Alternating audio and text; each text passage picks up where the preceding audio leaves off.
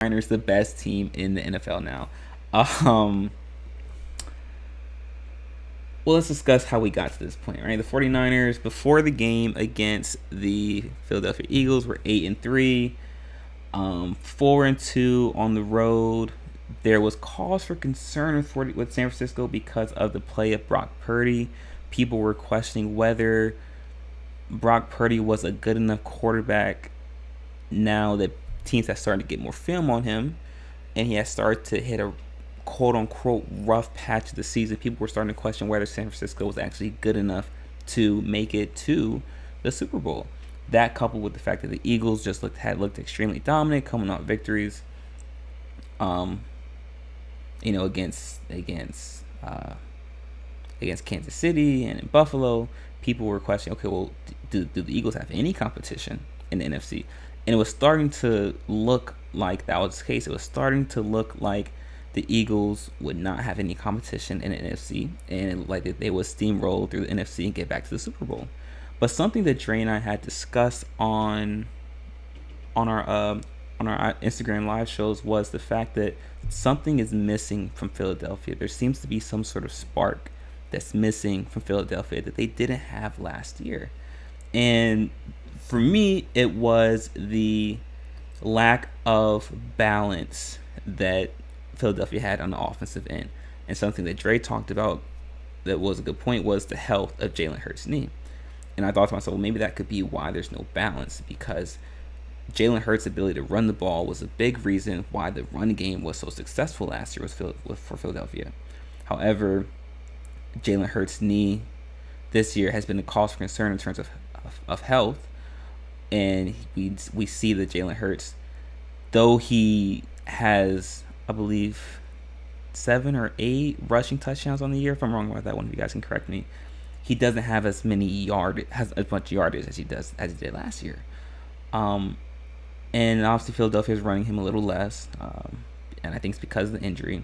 But that lack of a run threat for Hurts obviously affects the running attack as a whole for Philadelphia, but also which in turn affects their passing game.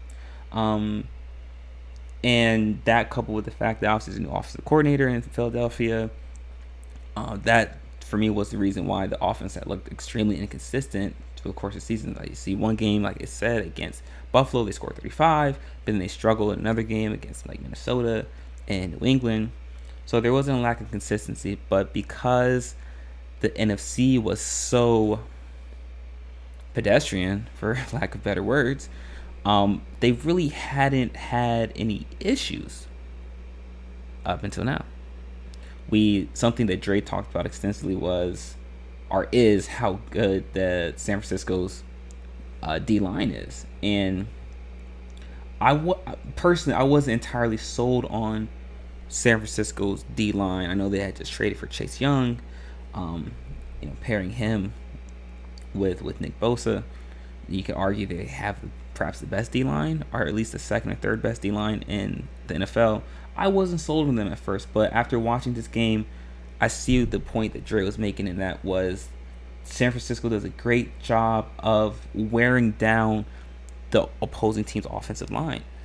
And that's what happened. We talked about with Philadelphia, their offensive line has been susceptible to pressure and has, I believe Jalen Hurts has been sacked 26, 27 times, somewhere around that area. If I'm wrong, I know I'm close to that number, but if someone can give the exact stat on that, then thank you.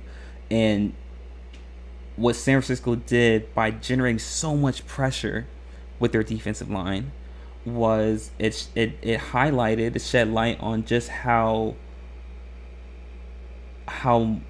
much Philadelphia's offensive line has been struggling. And let's think about this. San Francisco scored 42 points without generating a turnover. I mean, how often do you see that? The Philadelphia was in the time of the possession was fairly close. Actually, Philadelphia controlled the ball longer than San Francisco. I mean, San Francisco had the ball for 28 minutes. Philadelphia had the ball for 31 minutes.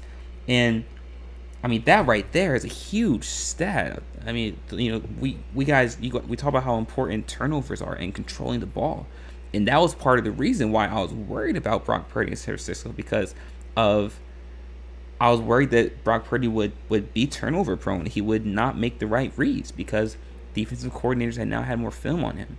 But they did this. Offensively was phenomenal, but defensively they held Philadelphia to 19 points without generating turnovers, and with Philadelphia having the ball longer. I think that is a very, very appealing stat to 49ers fans, but also it really sheds light on how dominating this victory was for San Francisco. And I don't want to be a prisoner of the moment, but this might be the best win of the season in the NFL. I mean, can you think of a better victory? I think this victory right here is better than Philadelphia going into Arrowhead and defeating Kansas City. And I'll talk about that why in the next segment of the show. But I think this dominating victory by San Francisco going into Philadelphia, beating them the way they did, this is by far the best win of the season. And I'm not ready to say that San Francisco are the favorites to win the Super Bowl or to even come out of the NFC, because just last week I talked about how Baltimore, I feel like, is the best team in the NFL right now, and I think the best team by far in the AFC. But I will say that San Francisco has just completed the best victory. They just completed the best victory of the season so far in the NFL. Not even close. And listen, what San Francisco did is they put a microscope to all of the deficiencies that Philadelphia had. Inconsistent in the run, health of Jalen Hurts, extremely weak offensive line compared to last season, and a struggling secondary. San Francisco shed light on all of that for Philadelphia, and so now there are chinks in the armor. People can see the chinks in the armor now in Philadelphia, and that would be my cause for concern for Philadelphia. If you're San Francisco, you should be excited that Brock Purdy this and something me, Dre, and I talked about on our live show on Instagram last week on Thursday was I have yet to see Brock Purdy, or I have yet to see San Francisco win a game because of Brock Purdy. I've yet to see Brock Purdy win a game for San Francisco. I can no longer say that after last night's game. San Francisco won this game because of Brock Purdy. 4 touchdowns. I mean, listen, and no turnovers. And this is what San Francisco looks like with a complete team. And when I say complete team, I'm talking with the interior, the defense, the secondary, the weapons offensively, the offensive line, but most importantly, the quarterback. This is what a complete team looks like when you add the final, most important piece to that puzzle, the quarterback. And if Brock Purdy can play at this level for the rest of the season going to the playoffs, San Francisco is going to be an extremely scary team and difficult team to beat, especially for Philadelphia. And if I'm not mistaken, I checked the Vegas odds makers, and Brock Purdy is now the favorite to win the NFL MVP. That is a little too forward for me. A little too much pressure in the moment. I would not go that far. I wouldn't even step 20 feet in that direction. That's entirely let's pump the brakes, right? I wouldn't say he's the MVP favorite by any stretch of the imagination, but this was his best performance as a starter for San Francisco. No question about it. And if you're Philadelphia, you now have a little cause for concern because you have now finally seen your threat.